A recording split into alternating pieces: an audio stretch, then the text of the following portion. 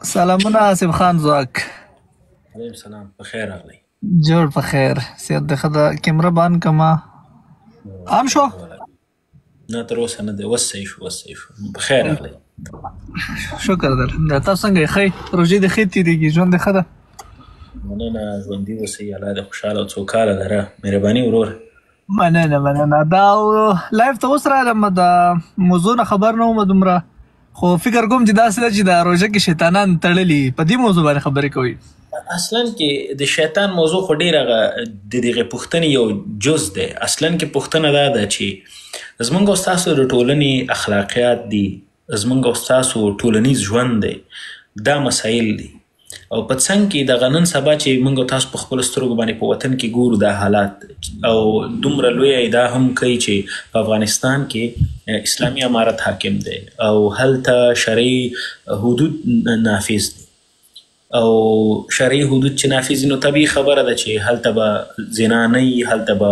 لیواتت نه وي، هلته به ګناه نه کېږي، هلته به هېڅ هم نه کېږي. هلته به ډېر یعنې که کېږي هم ډېر لږ به کېږي، که کېږي لږ به کېږي، تر دې حده به نه کېږي. اوس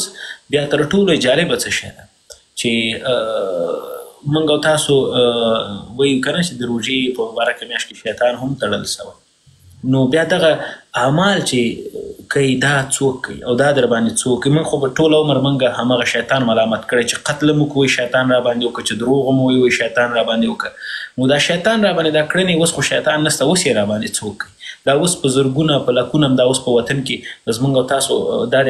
اسلامي هېوادونه ټول درته ښیم دغه چې موږ مسلمانان یو، هم دروغ وایو، هم غلط کارونه کوو، غلطې کړنې کوو، روژې خورو. دغه روژې خوړلو کې هم د موږ او تاسو د شیطان رول ده. اوس پوښتنه ده چې دا شیطان تړل سوی نو را باندې روژه څوک خوري؟ په دا ځای کې آصف خانه چې دا پروپیګنډا دومره د خلکو ذهن ته دا پروپیګنډا دومره رښتیا کړې ده د خپل ځان د پروټیکشن دپاره، د ځان د بچ کولو دپاره، چې لکه معنا دی دا تاثر ورکوي چې یاره موږ بس خو شیطان دی، موږ مسلمانان یو نو ځکه داسې کېږي. حالانکې که وګورو ورته شیطانان دی خپله دي، غټ شیطانان دی خپله دي چې څومره د مذهبي دغه چې کاروي که نه په دې باندې ځان خپل ځان پروټیکټ کوي چې یاره موږ مذهب یې مخې ته یو ډال نیولی دی. نو اصل کې خبره هم دغه ده چې شیطانان دا نور شیطانان یې تړلي دا غټ دي چې کوم خپل دي دوی خپله خلاص دي. نو په روژې کې هم هغومره قتل غارت زیات شوی دی، په روژه کې هم هغومره څومره چې بدکاري ده زیاته شوې ده، انسان وژنه. مهمه خبره دا ده چې زمونږ مسله چې مونږ ته راپېښه ده د انسان بېقدري، د انسان وژنه، په انسان ظلم کول، هغه له هغه شان جاري روان دی، ودرېدلی نه دی. بېشکه. نو یعنې د هغه اصلي شیطانانو رول دا نور شیطانان مخته بیایي دی به خپله پلی کوي دا رول. یو خبره آصف خان غواړم چې اضافه کړم. زه د کوزي پښتونخوا سره تعلق لرم، د مقبوضه افغانستان د کوز ډیر سره د پی ټي ایم د ممبر یم او دا وخت په لندن کې ژوند کوم. خو په افغانستان کې او دا مسله چې کومه ده دا په د حدودو په جغرافیې باندې نه ده. مسله چې مونږ ته راپېښه ده که هغه بر افغان دی که لر افغان دی، ټولو ته په یو دغه یو ستونزه د ټولو ده. نو د ظلمونو دغه چې مونږ په دا ټیک ټاک کې په دا ټولنیزه رسنۍ کې زیات خبرې کوو یا تاسو کوئ ستاسو په لایف کې یا د قرار صاحب په لایف کې کېږي، نو زیات د بر پښتونخوا کېږي، د افغانستان کېږي، د کوزي پښتونخوا خبر نه کېږي. خو نن سبا چې کوم دا اوس حالات شروع دي د کوزي پښتونخوا دا ډېر بدتر دي. په هره دویمه ورځ باندې ټارګټ کیلینګ هره ورځ دا د پښتنو وژنه داسې په دا وینه داسې په بېدردۍ سره تویږي او دا دغه دماکي دي، خودکش دي، جیټ دي، پلانې دي، اپریشنونه دي. نو دغه یو هیله به لرم چې د خلکو پام دې خبرې ته هم راوګرځو چې موږ د لر وطن چې کوم دی دا زموږ نه پاتې نه شي او د دې په ستونزو هم وغږېږو. بېشکه موږ زه خو شخصا خپله د ټول لوی کور د ټول لوی وطن ستونزې ما دپاره دې کې لومړیتوب داسې نه دی چې د کابل ستونزې لومړیتوب ولري او بیا د پېښور یې ونه لري. ما تل کوز وطن په مسایلو باندې خبرې کړي، نور هم همدغسې ملګري دوستان. خو داسې ده چې زه لږ زره څه مشغوله یم، ژوند کې مصروفه یم، هفته کې 2 ورځې لیب راځم او همداسې نور ملګري. خو لومړیتوب موږ دپاره دواړه ځایونه لري، هم کوز وطن او هم بر وطن. بالکل لکه که موږ وګورو د عالمي د سامراج او د کم قوتونو چې د جنګونه راوړي د وطن ته دا صرف او صرف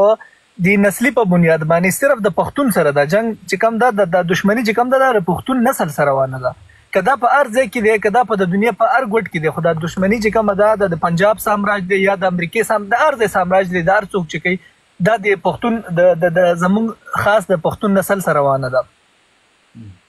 نو باید چې په دې باندې وګورو او بل آصف خان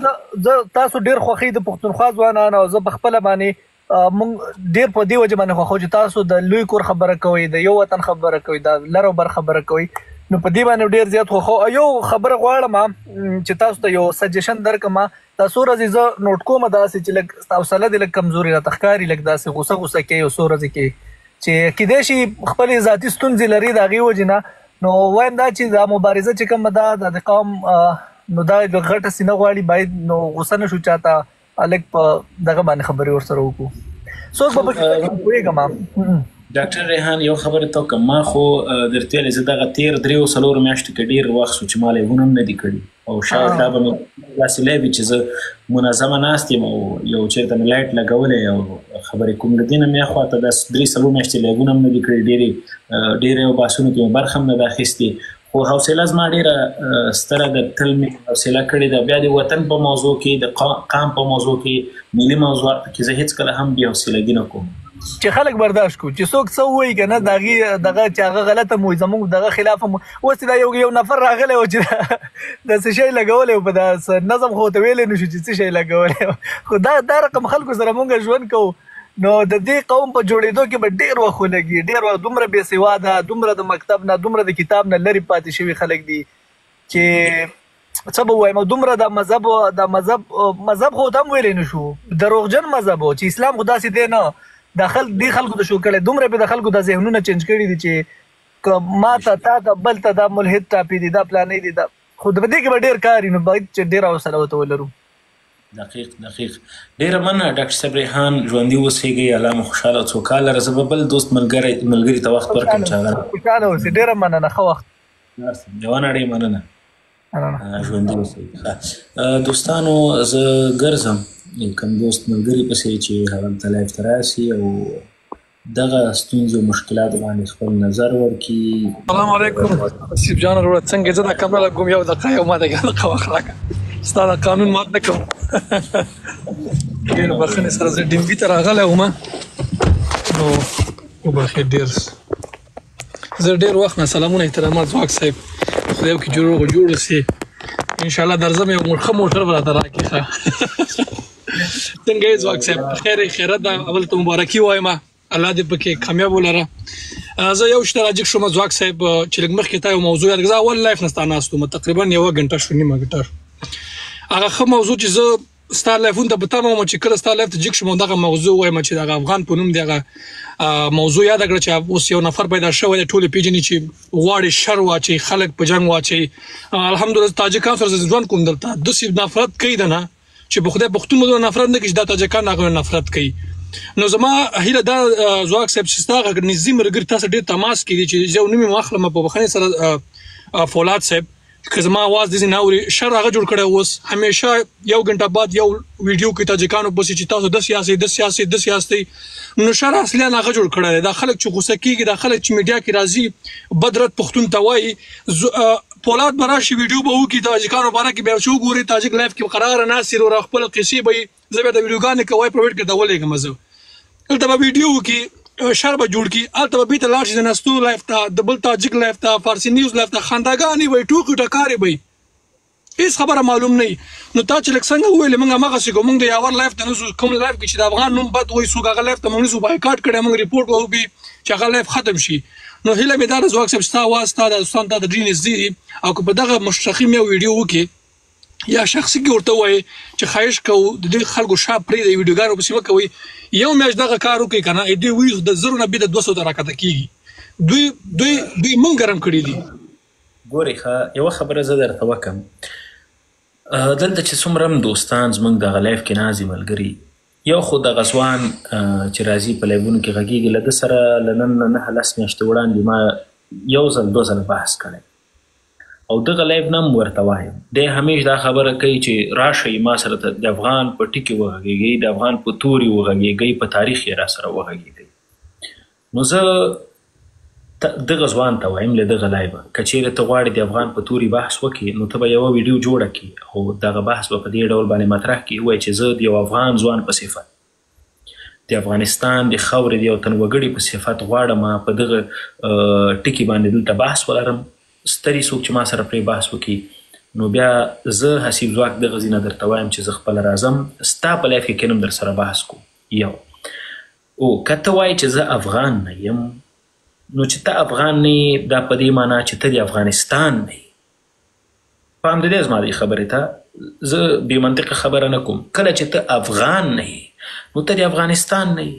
نو چې ته د افغانستان نه یې نو زه بیا د یو اجنبي سره د یو بیګانه سره د یو سټرینجر سره زه ولې بحث ولرم. زما دپاره دغه بحث که چیرې زه د یو پنجابي سره کوم که د یوه هندو سره یې کوم که د یوه انګریز سره یې کوم که د یوه امریکایي سره یې کوم او که د دغه ښاغلي سره یې کوم لکه ما دپاره دا ټول یو دی وس ځکه چې یو یې هم د افغانستان نه دی او یو یې هم افغان نه دی. نو دلته وایم دغه خپلو ملګرو ته بیا په ځانګړې توګه دې پښتنو ته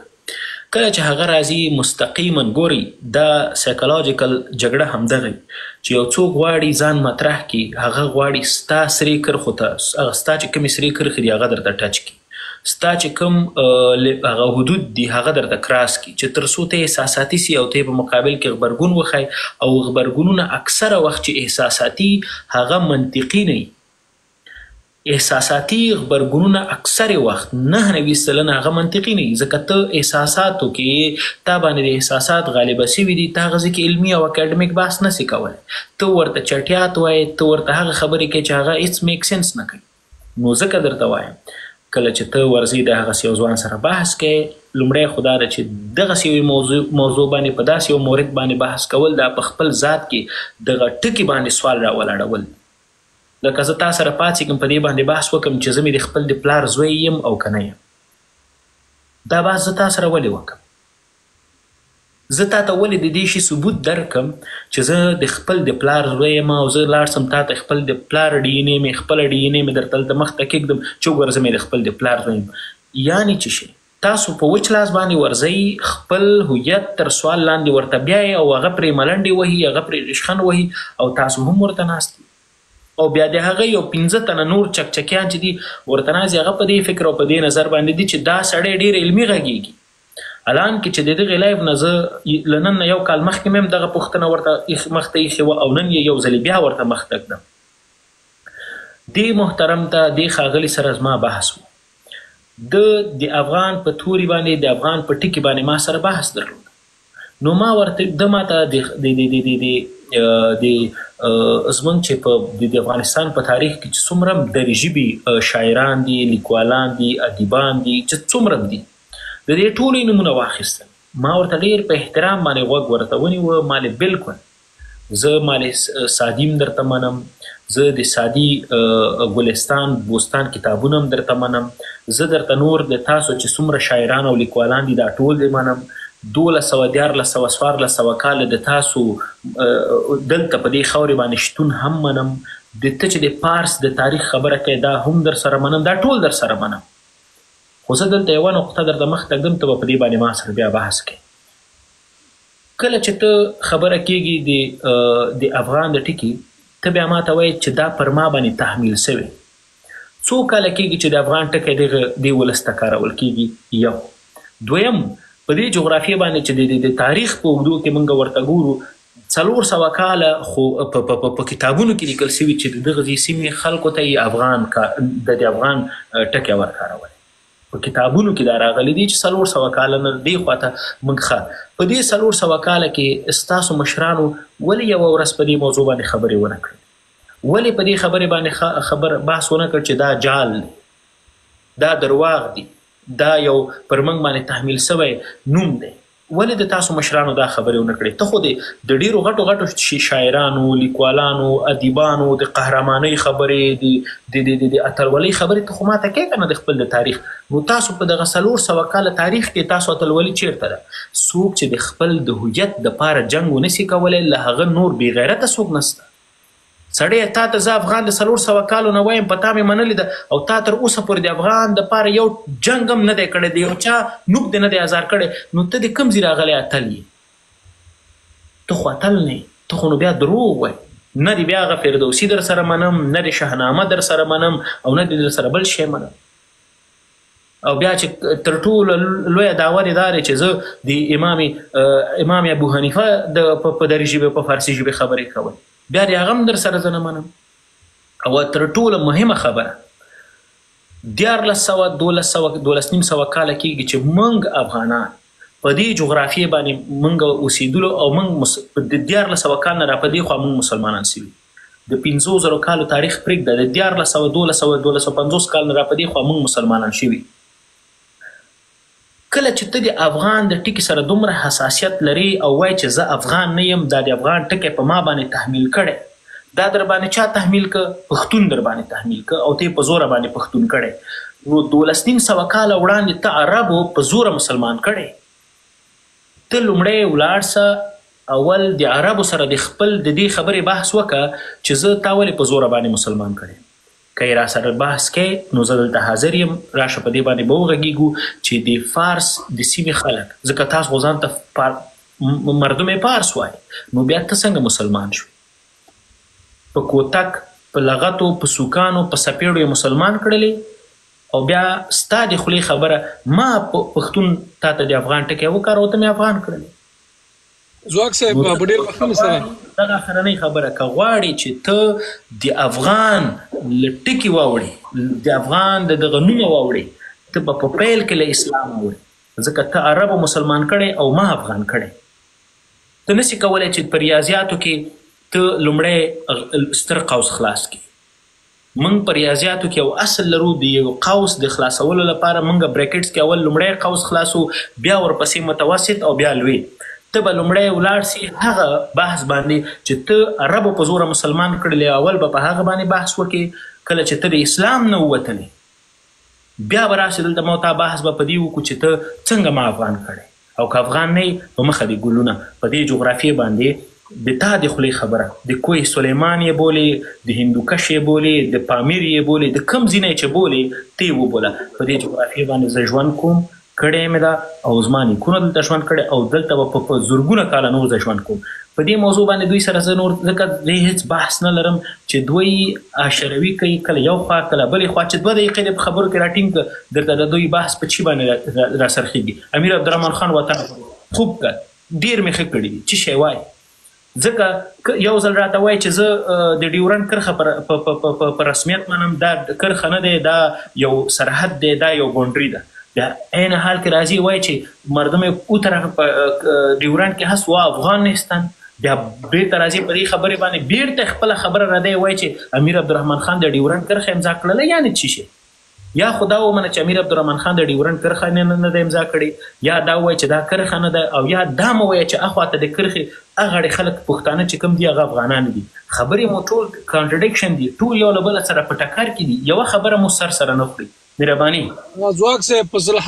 صلحاو نفرو په لایف کې راجګېږي، خپل تاجک ورته وایي چې لاړ شه حسیب سره مناظره وکړه، چې تا حسیب به مناظره کې چپک موږ ستا تابعدار یو. دا حسیب ځواک صاحب تا خو پرېږده، یو تاجک خور راجګ شو، ورته یو سوال یې ترېنه وکړو چې بند شو، هغه یې کته کړله. دا چې کوم ځای کې بندېږي پوه چې یو نفر پوه دی چې لږ پوه شي، خبرې ډېر پوه دي، بس تاجک موډریټر یې پوه کړی دی چې هغه کته کړه. هغه تاسو سره ولې مناظره نه کوي؟ هغه پوهېږي چې تا تاریخ باندې ته خبر یې، هغه دله به تا سره نه حاضرېږي چې تا سره خبرې وکړي. نو زه به حسیب صاحب ستا وخت نه ځم، ډېره مننه چې ما ته د وخت راکړه. زه بیا په دغه ځای نه په لایف کې په افغانانو اواز کوم چې حسیب صاحب اوس ډېر مصروف دی، موږ ډېر په تمه ورته وو، هیله کوو چې بېرته لایفونه شروع شي. او که تاسو لایفونه نه یې حسیب صاحب باور وکړه چې دغه نور خو زیاتره افغانان بخښنې سره غواړم، 12مې پاس کړی، هېڅ شی نه پوهېږي چې وجود جګېږي، هلته سوال دی نه کېږي، بس خوله بنده شي، موږ شرمېږو پرې چې خدای دا څه شو. نو تاسو نه هیله کوم که څه مې زده نه وي چا لایف ته مه ورځئ، اول څه زده کړئ تاریخ نه خبر کې به لرته ورشي موږ شاته ولاړ یو اسیب سه مننه ژوند د غواړو الله دې کامیاب کړي خو خدای په امان